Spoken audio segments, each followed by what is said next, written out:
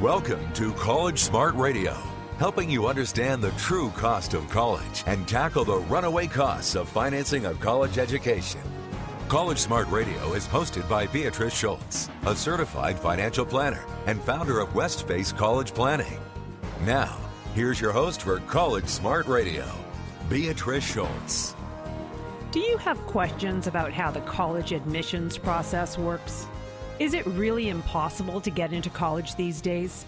On today's College Smart Radio program, we're going to be getting the facts about the college admission process. Today's guest has created a step-by-step guide to college admission that demystifies the process and helps students and parents navigate the admission process. Hi, I'm Beatrice Schultz. Welcome to our weekly show, College Smart Radio, where we help you tackle the runaway costs of a college education. Our show is all about bringing up-to-date and practical advice to parents who are dealing with the cost of a college education for their kids. With some private schools costing over $60,000 a year, a UC costing close to $35,000, and a California State University running $25,000, parents need more help than ever. We bring you that help by sharing ways to pay less, tapping into financial aid, and prioritizing your source of funds to make sure you get through the most expensive years of your life. Based on my own education and experience, I share my insights with you week in and week out. I am a certified financial planner and the owner of the San Carlos-based college planning business, Westface College Planning. I host educational workshops on college planning and consult with parents on a daily basis. And I bring in experts in many areas of the college process. From counselors, financial aid officers, student coaches, parents, and even students, you'll learn firsthand the ins and outs of how to pay for college and survive financially. In addition to our show, you can find lots of powerful information at our website, collegesmartradio.com. We have many articles with up-to-date information on navigating the waters of paying for the runaway cost of college. We have a monthly e-newsletter full of content about college planning. We also have posted a glossary of key terms used in the world of college planning. Terms like total cost of attendance, FAFSA, net price calculator, and so forth. And we have a link of our free community parent workshops and webinars that I host to teach parents about how to pay for college and how the financial aid system really works. Let's get started with today's show. My guest on today's College Smart Radio program is Christine VanDeVelde. Christine is the co-author of the book, College Admission, From Application to Acceptance. Her book has been called the New Bible of College Admissions by the Washington Post and is in its 8th printing. She interviewed over 100 experts and deans of admission at colleges across the country to create a step-by-step guide to college admission. Christine's joining us via phone today from Chicago. Hi, Christine. Welcome to College Smart Radio. Hi, Beatrice. Thank you. It's great to join you today. Thanks so much for joining us. So before we get into the gems in your book, can you share with our audience kind of why or how you decided to write this book? Sure, I'd love to. Not so many years ago, my own daughter was applying to college, and I couldn't find a book out there that covered the process comprehensively and that was written by what I thought was a reliable expert. I wanted something that walked me through the process step by step. And I'm a journalist in my career, and I complained loudly to Robin Mamlett, who was then the Dean of Admission at Stanford University, that there was no book out there. And she said, well, I'm leaving Stanford, and I've always wanted to write a book. Would you like to write a book together? So I was able to write the book that I wish I had had when my daughter applied to college. And the template that we used for that book is one that I'm sure a lot of people in your audience will recognize. And the template was what to expect when you're expecting. So I wish I had had what to expect when you're expecting for applying to college. That's a great that's a great analogy and very true, because it's that, okay, I've never faced this before. It may be the only time I face it, but this is a big deal and I got to figure out what I need to do. So that's a great analogy. I love it. So I started out the show by saying, is it impossible to get into college these days? So what do you say when parents ask you that question? Well, first of all, as of this fall, 2013, there are 21 million students who attend a college or university in this country. So obviously, there's no secret to college admission, and you can get in. Furthermore, there are more than 2,600 four-year colleges and universities in this country. And the true statistics, which you're not used to seeing in the headlines, are that most colleges accept about 70% of their applicants. And furthermore, in UCLA's most recent annual survey of first-year students, they have something on there called the Higher Education Research Institute. 79% of the students reported being accepted at their first-choice college. So relax, take a deep breath. You can get in. I think that's valuable, and it's also valuable when you talk about the fact there's 2,600 four-year colleges and universities, because so many parents and students are only familiar with the ones in their backyard, in their state, the ones that their neighbors are going to. And so how do you get a feel for what right college is the right fit for you? Or even identify the ones of those 2,600 that might work for you? Research. It's really a critical first step in the college application process, and students who do not do their research on the front end are making a mistake. There are, where you start is with the most reliable sources. Those are the objective guidebooks that are out there, such as the Fisk Guide, which give you basic facts and figures about colleges. Then you can move on to subjective guidebooks that give you opinion as well as facts like cost of attendance and size of the student body. But students would do well to invest the time in thinking about what they want in this next phase of their life, and then doing the research that allows them to pick a list of schools where they know that they will have good choices next spring. I often have I'll have parents or students that I'm talking to, and they'll say, we live in the Bay Area, or we live in Davis, California, or we live in this town that has a reputation that everyone from the private schools or even from the public schools are trying to go to the most Ivy League schools. And I'll hear the parents say, but my student's not the one that has been working on their college resume since grade 6. How do we build up the college resume? I mean, what's your advice for students who are applying for college and aren't sure whether they are going to look nice enough to the college? Well, first of all, there's no resume that will guarantee admission at a college. What families and students should keep in mind is that the most important part of the college application is not your extracurricular activities. It's what is called the academic record. And what that is the grades students get and the courses that they take and the rigor of those courses. And what that means, what course rigor means, is that admission deans will almost always tell you that they would rather see a lower grade in a tougher course. They want to see students challenge themselves.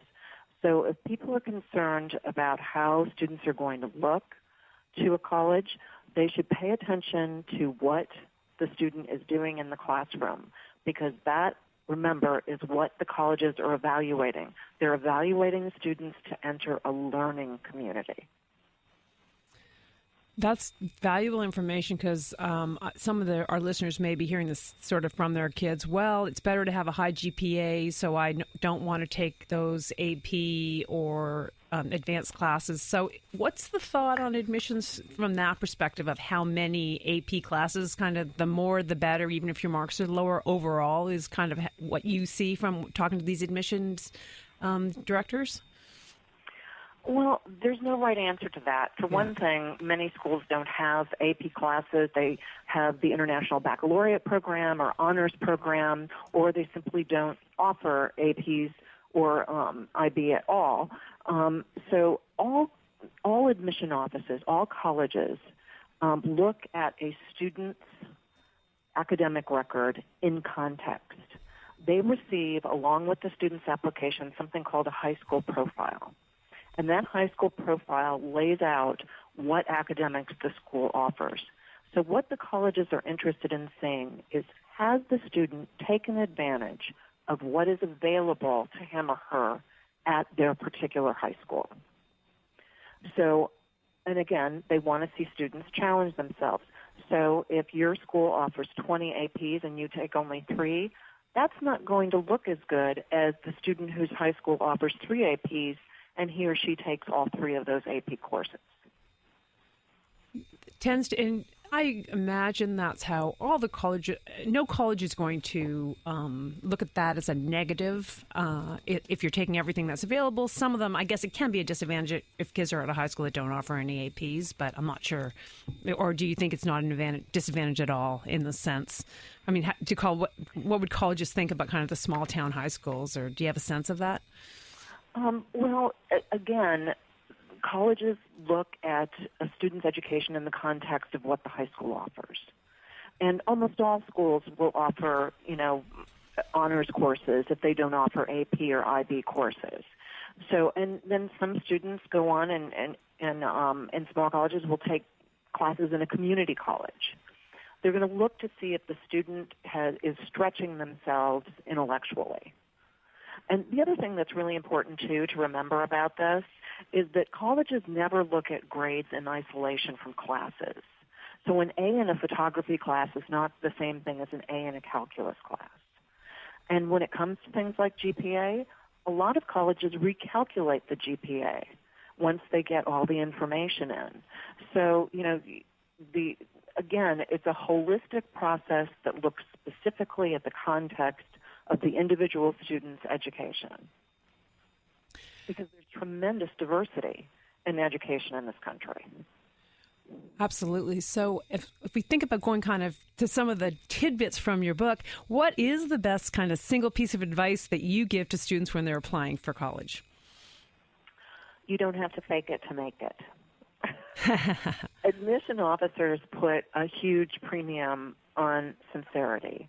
High school and the college application process are about students finding out who they are and what they love, not simply trying to craft the image that they think is going to impress a college. And it goes back to what I said before about there's no resume that will guarantee admission.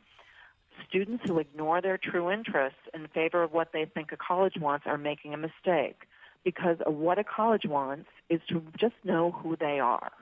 And that's good news. You don't have to be the perfect candidate.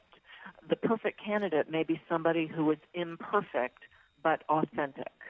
If you've just joined us, my guest on today's College Smart Radio program is Christine VanDeVelde, who's a journalist and co-author of the book College Admission from Application to Acceptance.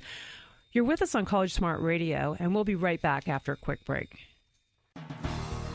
For more information on today's topic, visit collegesmartradio.com. or call area code 650-587-1559. College Smart Radio continues in moments on AM 1220 KDOW.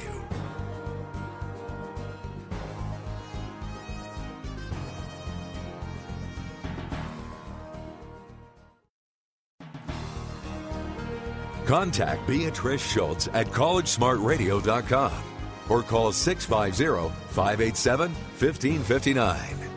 Now back to College Smart Radio with your host Beatrice Schultz on AM 1220 KDOW. Welcome back to College Smart Radio, where we help you tackle the runaway costs of college. I'm Beatrice Schultz. We all know that college is expensive and will most likely be some of the most costly years for a family. Understanding how to navigate the college costs is a smart thing to know. To help families be on this radio show, I host community workshops live and via webinar several times a month that explain the cost of various colleges, how the financial aid system works, and things to consider to prepare yourself for this tremendous expense. To learn more and reserve your seat, go to my website at collegesmartradio.com. If you've just joined us, I've been talking with my guest, Christine VanDeVelde, about college admission. Christine's a journalist and the co-author of the book College Admission from Application to Acceptance. Christine, we just talked a little bit about your advice, which is you don't have to fake it to make it, which I love. What would you say is the biggest mistake families make when it comes to the college admission process? The single biggest mistake, bar none, is failing to apply for financial aid. In the most recent study from the American Council on Education, it was found that 1.8 million students who would have qualified for federal financial aid failed to apply for aid. That's an enormous amount of money left on the table. And so even if you think you won't apply, you may be pleasantly surprised. And parents and students should know that sometimes you need to apply for federal aid to receive state aid or even merit scholarships. The other thing to keep in mind with regard to aid that people often don't know is that sometimes the most expensive schools can actually be the cheapest, because in addition to federal funds, they have their own money to disperse as well. That's really good advice, and it's a mistake that I see from a lot of families also. And the other mistake families make related is they wait until they've been accepted at the college to apply for financial aid. And in order to get access to some of that aid that comes directly from the colleges have clear deadlines that are often very early. In fact, if you've got a senior right now who's applying early to any college, those deadlines are November 1st, November 15th to December 1st for some of those financial aid applications. In general, we recommend that families start thinking about financial aid as soon as the family starts thinking about college, and planning and saving for it prior to that time. Yeah, absolutely. A lot of families are panicked as they get to those high school years. It's easy to say, I'll work a couple more years to pay for my retirement, but unfortunately, college just hits you right when it happens. And so students are taking on a lot of debt. What have you found in your studies about kind of analyzing debt and good or bad for students to be taken on? Well, loans are considered part of financial aid at almost all colleges, except the most highly selective schools and wealthiest schools. In the most recent study, though, it was found that, we all hear the scary headlines about undergraduate students graduating with six-figure student loan debt. What this study found is that only 1.5% of all undergraduate and graduate students graduated with six-figure debt in 2007-2008. And 90% of those were graduate or professional students. In other words, medical school students, law school students, not undergraduates. So this is one of the kind of pieces of media misinformation that can cause a lot of anxiety out there. The experts that we've spoken to about loan debt look at, for instance, the Stafford loans. And they look at the capped amount of the Stafford loans. They call these the so-called good loans because they don't permit students to borrow more than the entire cost of their college education. And if you look at what the capped amount that you can borrow, it's about $23,000. And that's a perfectly reasonable amount for a student to borrow and repay after graduation. So that's kind of the yardstick in terms of loans. The yardstick I've heard also, and sometimes when I'm talking to families, I'll talk about the idea of to try not to borrow more than what you expect to get on that first job, and hopefully, so $23,000 or even $30,000 may be an amount that could be kind of paid off over 10 years, paying 10% of your salary if you can graduate and make that $30,000. So, debt is still important. Students need to understand the rules of how it works, because too many students, I think today, or graduates, are defaulting on the debt because they don't even understand that in some cases, if they're unemployed, they absolutely can renegotiate the terms, so to speak. So debt is a part of many students' college, but I think your statistics are great to point out to people. It's not about borrowing the full amount of college. It's about taking some debt on to help you, but not more than you can afford to pay back. Exactly.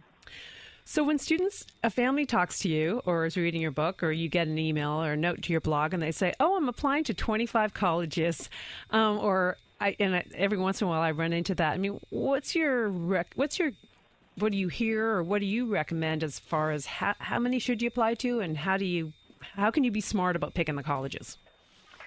Well, don't friend colleges that you're not really interested in.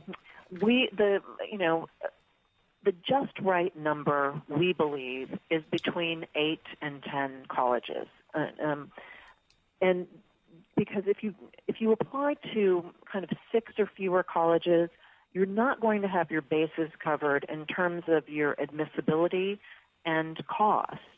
And also, you may not be reaching for opportunities that you deserve by applying to too few colleges. If you apply to more than 10 colleges are looking to see if you're a genuine fit. So if you apply to too many colleges, you're not going to be able to put in the time and research to figure out and show them in the application that you're a genuine fit. So you run two risks. You run the risk of being admitted to a college that you may not even like because you haven't researched it adequately, or you run the risk of not being admitted because you haven't been able to demonstrate fit in the application, whether that's in the essay or the interview or in other parts of the application. So 8 to 10 colleges, we believe, is the just right number. When we were talking during the break, you talked a little bit about kind of your best piece of advice for a student. You want to share it with our audience? Well, the best piece of advice, we believe, is that the best feeder school to a student's college of choice is Amazon.com or your local library. Earlier in our talk, I referred to the fact that students are being evaluated to enter a learning community. So first and foremost, what the colleges want to know about a student is what they're like in the classroom as a learner. And the best way to improve learning is by reading. There are many theories about education, but there is one fact, and that is that reading improves grades, test scores, and it's the best indicator of how you will succeed in college. What's more, it's never too late in the process to start reading, and studies show it doesn't matter what a student's reading. It can be Dostoevsky or graphic novels. So if you want to do well in the college application process, start reading now. And the good lesson out of that is it is never too late to start reading. I mean, even if you're thinking it's always going to help you and even help you to be successful in college. So I thought that's really good advice. So some of the colleges are asking for college interviews today. I mean, what's your recommendation if you apply to a college and their schedule and the college actually wants to meet with you? If the college, our advice is that if the college asks or offers an interview, students should make every effort to show up and participate in that interview. It can be an important part of the college admission office's decision. The rule of thumb is that if the college is within a day's driving distance, make the effort to drive there and do the interview. Now, you need to sign up for these interview slots well in advance. There are usually more people who want to be interviewed than there are slots available. And so, aside from that, there are also alumni interviews in your area, potentially, depending upon the college, that you should take advantage of. And colleges are even doing interviews over Skype now. So if there is an opportunity, we really encourage students to pursue that interview and participate in it. Remember, it's not a big deal. It's just a conversation. The college wants to get to know you a little better and have the opportunity to tell you a little bit about themselves. But students should avoid what college deans say is the biggest faux pas in the college interview, and that is the way that students dress. So we have a whole section in our book called What Not to Wear. If you look in the mirror and you think, I look really good, you should probably go and change. Really what you want to look like is as if you're going out to lunch with your grandparents. Oh, that is a great piece of advice because the college interview is just like a job interview. Christine, you've given us so many great little tips and a lot of information that's from your book. Can you just maybe take 30 seconds I probably have to just give us a little overview of what your book is about and how families may be able to use it and also where they can get it? Sure. You can find it on Amazon.com. It's at Barnes & Noble. You can find links to buy the book on our website, which is collegeadmissionbook.com. And as a matter of fact, our website is very active with lots of new information. I think one of the most important things about our book is not only is it comprehensive, we set out to, answer every question a student and family might have from the moment they start thinking about college until they pack the car and drop off the kid at campus. But it's also expert. And because of my co-author's reputation and background, we have in the book more than 50 deans of admission who've offered their advice and knowledge on the application process. And we also wanted parents to really get all of this information with a dose of common sense and a little bit of a sense of humor and some advice for handling it on a day-to-day basis. So we have people like psychologist Michael Thompson, who wrote It's a Boy, Mike Riera, the author of the fabulous Christine, thank you. I apologize for cutting you off because we're just getting to the end of the show, but thank you so much for joining us on College Smart Radio and sharing your expertise. Thank you for having me. I really enjoyed it. Thanks. That wraps up another weekly show of College Smart Radio. Thanks for joining us on College Smart Radio. This is Beatrice Schultz. We look forward to sharing more helpful information with you next week. You've been listening to College Smart Radio with certified financial planner Beatrice Schultz. If you have questions on today's topic, log on to collegesmartradio.com or call area code 650-587-1559. That's 650-587-1559. And join us next week at this time for another edition of College Smart Radio on AM 1220 KDOW.